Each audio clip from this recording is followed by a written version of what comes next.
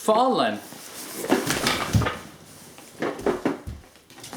Fallen is a fantasy game, a two-player fantasy game. A player will take on the role of the Dungeon Lord, and the other player will be the hero that will explore the dungeon looking for the Dungeon Lord. And the game indeed will end with a final duel between the hero and the Dungeon Lord. Several possible Dungeon Lords with different traits and characteristics that the players can play from game to game. Different heroes, so great variety there. This is a game that combines paragraph-based adventures, so there's a strong RPG element there, with dice gaming, dice rolling, cards, and with phenomenal art. Simply, this game has some of the best art in any game in my collection. This is really one of the best looking games in my collection. And this isn't even the game, this is just a prototype. The publisher has sent me the prototype. The game is on Kickstarter right now. So maybe my video will help you decide whether you want to back the project or not, the game or not, on Kickstarter. In the interest of full disclosure, I also want to tell you that this is a paid preview. One of the paid previews that I made available through my own Kickstarter campaign, which recently ended, and there were, well, several opportunities to get a preview from me and the publisher of Fallen Reserved One. I also want to take this opportunity, yes, to thank all that backed my Kickstarter campaign. But now, back to another Kickstarter campaign, the one for Fallen. Let me tell you a little bit about the game. This is the play area as it may look like at the beginning of the game. We have an area used by the Dungeon Lord with a card with the stats of the Dungeon Lord. The card holds 3 charged tokens. The Dungeon Lord needs to have all 3 to use his ultimate ability, which is printed there. When the ability is used, those tokens are spent, all of them, so it may take some time to recharge them. Dungeon Lord has 5 fortune points. This is a currency that is used to purchase several types of advantages during the game. Power cards, there are several cards in that deck that are standard. All Dungeon Lords use them, but then each Dungeon Lord also gets to shuffle some specific cards in that deck, and those are cards that will grant different types of advantages to the Dungeon Lord. The Dungeon Lord also has 4 monsters in play, and all the initial monsters come out from the level 1 deck. During the game, the Dungeon Lord can upgrade those monsters and replace a level 1 with a monster from level 2, and then a level 2 from a monster from level 3. So the Dungeon Lord will try to make his monsters more and more deadly as the game progresses. There we have the area for the hero. The hero should be facing that direction in a real game, but it is much easier to show you the area this way. The hero also has a card, also charged tokens, also special ability, some extra stats. Equipment, the hero card, the back of the hero card tells you the initial equipment of the hero. Skills, each hero starts with a skill that you select, and during the game the hero will be able to upgrade skills or to purchase new skills, and a deck of power cards for the hero that works like the one for the Dungeon Lord. Some are standard cards, some are specific to each hero. Here we also have an area of 5 cards that represent the light conditions of the dungeon, but I see them more as a symbolic, metaphysical representation of the quantity, the amount of evil and good that are floating in the dungeon. That is, at the beginning of the game there will be a quick procedure that will determine the light situation in the dungeon at the beginning of the game. Suppose that the situation is clouded. Then we move that card there just to make it stand out from the line so we can tell that that is the present situation. The light situation is on the dark side. You see there are 3 cards here with a dark symbol and 3 cards there with a light symbol. We're on the dark side. That means that there are several advantages for the Dungeon Lord, including being able to use power cards at a reduced cost. During the game, several effects may make the situation change, switch from place to place, And, well, when the light condition is in the light area, of course, now it is the hero that can benefit from advantages. And this is why the players will keep moving the card, the light situation, back and forth on the dungeon track. Then here we have decks of omen cards and treasure cards that the players will try to acquire, and critical cards. They represent particularly severe damage that the Dungeon Lord may be able to inflict to the hero during the game. The game comes with a deck of story cards that really are the key element of the game. The hero needs to go through 3 story cards during the game. At the end of the 3rd story card, there will be a duel, a final battle, a direct confrontation between the hero and the Dungeon Lord. And whoever wins that fight is the winner of the game. But there are 3 story cards first, and the 3 story cards will present the hero and the Dungeon Lord with challenges, and the 2 players are trying to win challenges because that will allow them to strengthen themselves in preparation for the final duel. Each card starts with a description of a general situation that story will force the hero to face. The Dungeon Lord picks a card from the box and starts reading the initial situation. Then the Dungeon Lord simply reads the 2 titles of the paragraphs that are under the initial paragraph. Fight them or sneak out. This is the choice that the hero is presented with. So the Dungeon Lord is also acting a little bit as a storyteller, as a dungeon master. Also, as you can imagine, it is also possible to play the game solitaire. You put yourself in the shoes of the hero, you play as the hero, you read the initial paragraph, and then you simply look at the options without seeing what each option entails, what the consequences are, make your decision, and then you continue reading.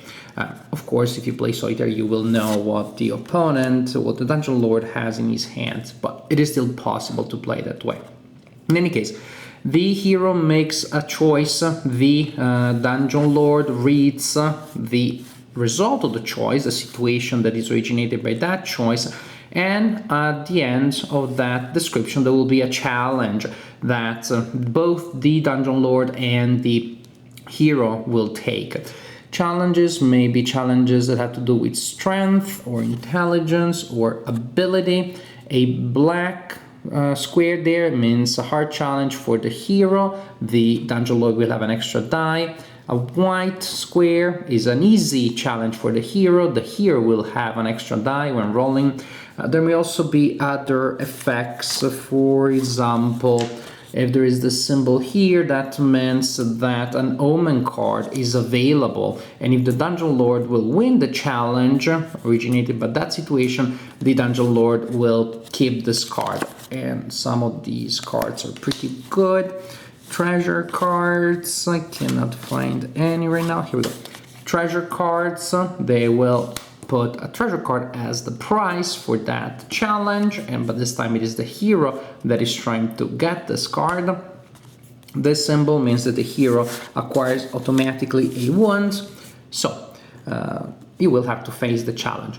The hero faces the challenge, well, actually the Dungeon Lord rolls first, the hero next, the hero faces the challenge, and then the hero is presented with another choice.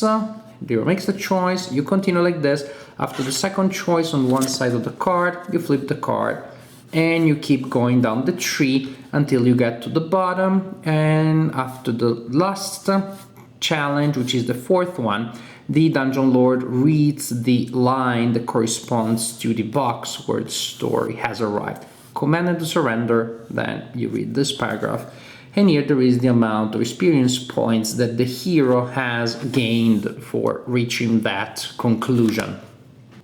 The Dungeon Lord will acquire an experience point automatically at the end of each story card. So, 3 story cards. When one is done, you go to the next, then the next, and then the final fight starts. Challenges. During a challenge, the Dungeon Lord rolls first. The Dungeon Lord always receives 2 special dice, black dice. Then the Dungeon Lord will choose one of his creatures to exhaust for that challenge, I guess, to help him during that challenge. Each monster has a certain amount of dice printed in that area of the card. These are the extra dice that the Dungeon Lord gains for using that monster in that challenge. There are also abilities that the monsters can use, but only in certain challenges. For example, in an agility challenge or a strength challenge, the monster will also grant this benefit to the Dungeon Lord. When a monster is used, it is exhausted like that, and the Dungeon Lord will get to refresh his monsters only after all 4 have been exhausted. So the Dungeon Lord uses his dice, rolls the dice. Suppose that this is the result, we have 3 swords. As you can see, there may also be other effects. This symbol here means that the Dungeon Lord in this case will gain a charge token in case it doesn't have all of them available. This other symbol can be used to gain a charge token or to inflict a wound on the enemy. The wounds that the Dungeon Lord inflicts on the enemy are placed on the armor card, and the wounds that later the hero will inflict on the Dungeon Lord will go to the minions, that is, to the monsters that are being used in that challenge. So this is the result of that die roll, I think, unless I moved the dice without realizing it. At this point, however, the Dungeon Lord can try to improve that. The Dungeon Lord can spend up to 2 fortune tokens to gain 2 blue dice. Yay! Then the Dungeon Lord could spend power cards from his hand, and some of these power cards will grant dice, some may grant other benefits. This is the cost in fortune points that needs to be paid to play that card. The Dungeon Lord can also choose to spend his charge tokens to use his ultimate ability, and that again will grant him dice. Suppose that after all is said and done, those are the dice that the Dungeon Lord manages to acquire. Then you count all of the swords, 1, 2, 3, 4, 5, 6, 7, 8. This is the number that the hero will try to exceed during his challenge. So the hero then gets to roll. The hero will have 2 dice that he always has. The hero also may gain dice from his natural abilities. For example, in an agility challenge, he gains a blue die, red in a strength. This is because, well, he is the pit fighter. Other heroes will have other advantages. The hero may receive other dice from the skill card that he received at the beginning. Then the hero rolls, and again the hero can try to improve his score by using several types of resources, by using his ultimate ability that will cost all of his charge tokens, just for the Dungeon Lord, fortune points, and power cards. At the end, you compare the 2 total scores, and the Dungeon Lord has the highest amount of swords, or the same as the hero. The Dungeon Lord wins, otherwise the hero does. The player who wins gains an experience points.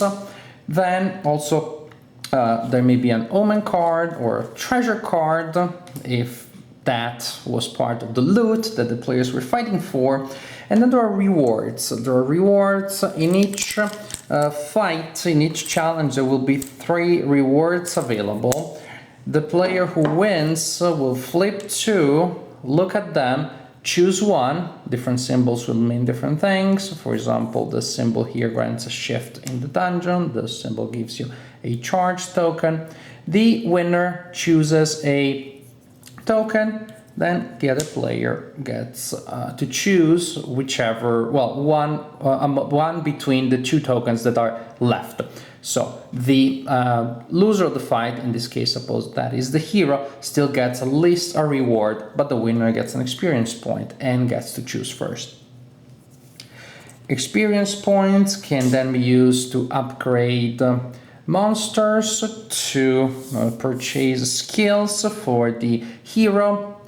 Also, the hero may receive enough wounds to match the number of wounds on the armor. When that happens, the hero gains a critical card that at the end of the story card will become a negative effect against the hero. The Dungeon Lord acquires an experience point, so it is good to wound the hero. When the hero inflicts enough wounds on a monster of the Dungeon Lord to exceed the level of the monster, like here it would be 2 wounds for a level 1 monster, that monster is killed and the hero acquires a number of experience points equal to the level of the enemy that was just destroyed. The game has many merits, many things to its credit. The art is astounding. The art is just unbelievable. Every card has a different illustration. All the illustrations are of very high quality. This is just one of the best looking games in my collection. Unbelievable. The game has great variety, great replay value because you have so many different story cards. Yes, after a while you will know what the story cards do, or at least you will know some of the paths, but there are really many cards, I guess, that before you get to know them all, you will get a lot of gaming out of your copy of Fallen. And then you can try the same path, the same tree of decisions with different Dungeon Lords and different heroes. And after you can customize the heroes differently with different skills, things can definitely change. Great things here. However, there is something in this design that I found less than glowing, and that troubled me a little bit, or at least limited my enjoyment of the game. And it was something that completely surprised me, something I did not expect. That is, the game did not feel very thematic, and this seems unbelievable because you look at the cards, you look at the art, you look at so many elements, monsters, weapons, spells. How can this not be thematic? Well, there are 2 ways in which I think, several ways, 2 main ones in which I think may not be thematic. One is when the theme is not there, there's not enough stuff, and one is when the theme is not consistent, is not coherent, which is a problem that I had here. You read the story card sets up a situation, you want to see what happens in that story, but then when the challenge comes, you look at those cards that are supposed to bring extra elements to the story, but you're just looking at the resources that those give you. If you're trying to pass a challenge, you need the dice, no matter the monster or the weapon that give you those dice. If the hero is trying to read an ancient inscription and needs an extra die, and that die is granted by exhausting a sword, the hero is going to use a sword, even though it really doesn't add anything to the story. Those monsters that the Dungeon Lord uses, it's unclear where they are, if you're trying again to see the story through the mechanics. Where they are, where do they come out? You had the impression that they come out of nowhere, sort of secret passages, punch in the face and disappear, or say distract you. You are trying to read that inscription, a zombie comes out and starts doing a strange dance, and you can't read the inscription. You see, it's unclear narratively how the elements brought in by the cards and the things that modify the challenges have to do with the main challenges. Now, if you want, of course, you can reread that in completely different ways. Well, the evilness of the dungeon lent some strength to the bird monsters and they charged you. But sometimes you have to do such conceptual somersaults to make the story work that you just give up and you simply start ignoring the theme, and you just look for a red die, a blue die, an extra opportunity to reroll blanks, things like that. And that, to me, seemed a pity, also because the true experiences of, on one hand, reading the story card, trying to figure out the story, trying to play the game thematically and narratively, that's what you have on one hand. On the other hand, you're just counting dice, improving your odds, looking at your resources to figure out how you can get that extra sword to your pool. It feels like two experiences that are completely different, that would be possibly fulfilling by themselves. One of them being a paragraph-based, old-style choose-your-adventure book, and that experience being a dice game with cards and illustrations. it almost feels like these two experiences don't go together too much. As I said, there are a lot of good things about this game, and the fact that this is not my favorite fantasy game right now, of course, doesn't matter that you cannot enjoy it.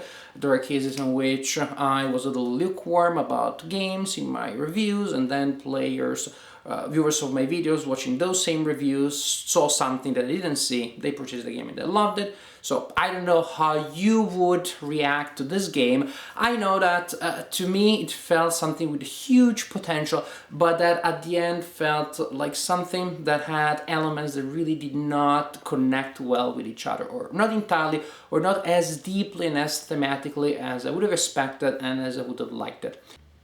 So Fallen on Kickstarter right now. If you think this is a game for you, feel free to go on Kickstarter, make your pledge, back the project. As for me, this is all for today. Thank you for watching my preview of Fallen.